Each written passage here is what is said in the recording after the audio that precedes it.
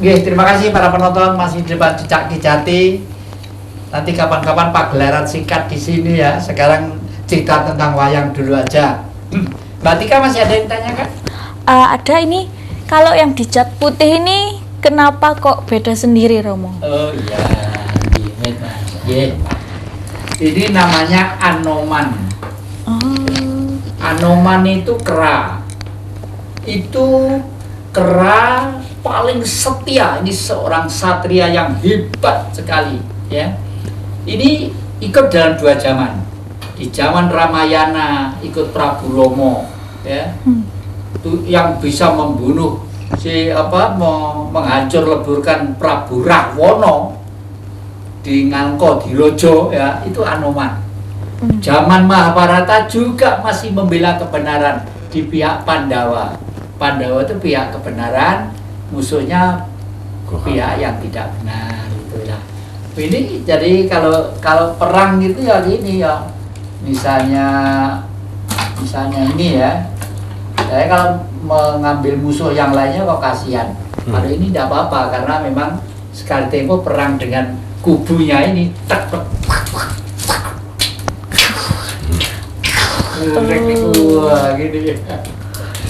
gini ya. Nah. Ini tempatnya, kalau tempatnya luas bisa waduh.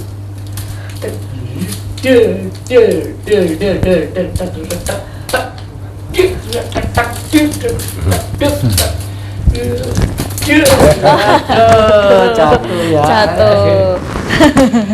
Ya sebenarnya kalau Pak Mantep Darsono main gini nih, saya dulu waktu muda main gini ya lincah juga. Karena ada ininya, ada apa? Ada kebernya, ada ininya ya. Ini namanya Anoman Anjani Putro. Ini satria. Anjani Putro itu sebenarnya Putro itu anak, Anjani itu Dewi Anjani. Jadi anaknya dewa juga sebenarnya itu. Ya. Ini Anoman. Ini yang bisa melawan Prabu Rahwana. Rah itu darah, wono itu hutan. Manusia yang seperti orang hutan, serakah ya. Jadi musuhnya itu kalau keluar itu dosa pokok, oh bandaku ya donyaku. Jadi pikiran itu tentang harta aja. Kalau ini lain, kalau ini alun ya jagat Dewa Bathara Kusuma yang jagat. Nah ini begitu. Ya jagat Dewa Bathara artinya bumi dan para dewa itu adalah satu kesatuan yang harus dihormat karena memberi, melimpahkan sesuatu di bumi ini dengan kasih sayang gitu. Kalau yang gede ini tahu ya, coba Mas. Kalau yang gede ini siapa, Romo? Yang gede ini namanya Bratasena. Werkudara ya, Werkudara. Waktu muda ini namanya Wejasena ya. Kalau waktu muda ini ada digelung begini.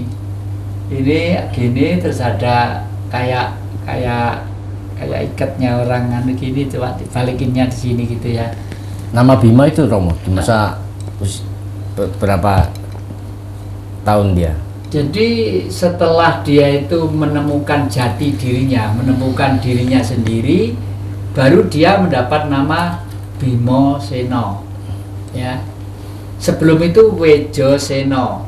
Jadi waktu itu dia begurunya di kubu Begawan Durna ya, di Astina itu ya. Baik Astina atau Pandawa itu gurunya Begawan Durna. Nah, lalu Begawan Durna sebenarnya mau memasukkan ini dalam lubang kesengsaraan. Oke, kalau kamu pengen ketemu dengan sejatinya hidup, kamu harus mampu melampaui samudra yang luas. Karena di samudra itu ada berbagai corak ragam kehidupan. Lalu mau masuk belum semakin dalam, ini ular gede itu mau berdiri sini. Makanya di sini ada gambarnya ular, kepala ular, karena pernah digigit oleh naga. Fak gitu. Terus naga ini Nogonya dijojo sama kuku, ini namanya kuku Ponconoko. Ponco itu 5, Noko itu ada sejak dulunya. Ini menggambarkan tubuh manusia. Manusia itu diberi tangan yang sejak dulunya itu mempunyai filosofis yang tinggi fungsinya. Makanya ini kelat bau ya, kelat bau. Lalu ini artinya ini biasanya di sini. Ini kalau orang India di sini ada merah-merah itu ya, di jidat itu ya. Bahwa hati-hati, manusia itu kunci spiritnya ada di sini gitu. Nah, terus ini kainnya ini 4 setelah ketemu 4 warna. Ada ini yang asli itu ada merah, ada hitam, ada kuning, ada putih. Itu strateginya fisik kita, jasmani kita. Tuh ya. Nah, ini adalah lambang kebangsaan. Kalau di Garuda Pancasila itu lambang pohon beringin. Pohon beringin itu kebangsaan. Jadi ini tugasnya itu mengayomi bangsa. Kalau misalnya negaranya ada sesuatu, ini pasti ke depan yang maju perang dan berani mati gitu. Hanya demi kepentingan bangsanya itu sendiri. Itu kalau di dalam agama nuwun sewu ya, ini udah berani untuk disalib ya. Kalau orang Nasrani atau Katolik, Kristen gitu kan ada budaya salib ya, berani disalib, artinya jiwa tubuhnya itu dikorbankan demi kepentingan bangsa gitu, untuk supaya bangsanya itu umat manusianya hidup tentram, damai, ayem, tentram gitu. Tapi kalau untuk demo kecil-kecil ini tidak usah turun ya toh. Demo kecil-kecil cukup ya dengan cara ya yang kecil-kecil juga gitu ya. Karena ini untuk kepentingan bangsa saja. Ini. Makanya pada waktu masuk ke dalam samudra, dia ketemu dengan guru sejati. Siapa? Dirinya sendiri. Sing disebut Dewa Ruci ya. Warnanya persis ini, tapi belum digelung ini, masih begini, kecil, cuma kecil segini kira-kira, ketemu gitu.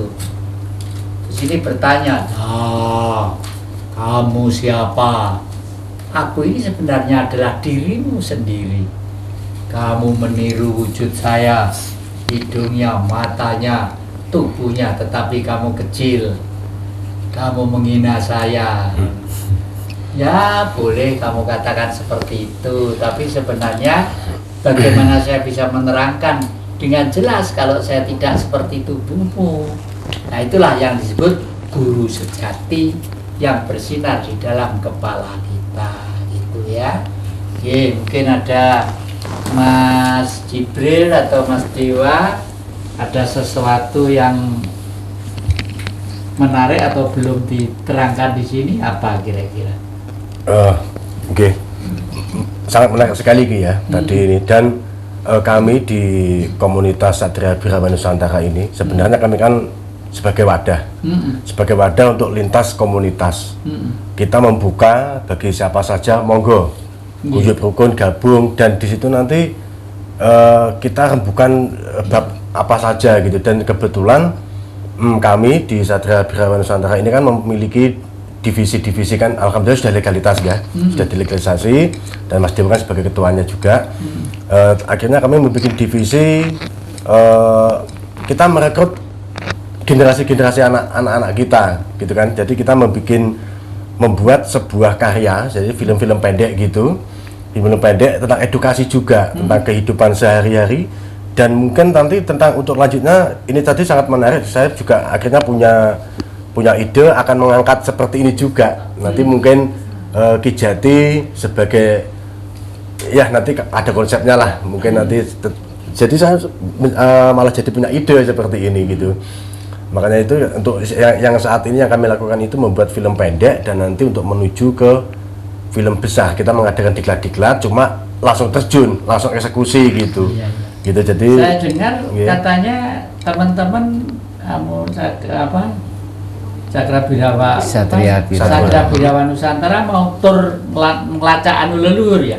Kemana aja itu rencananya? Moga Mas Dio.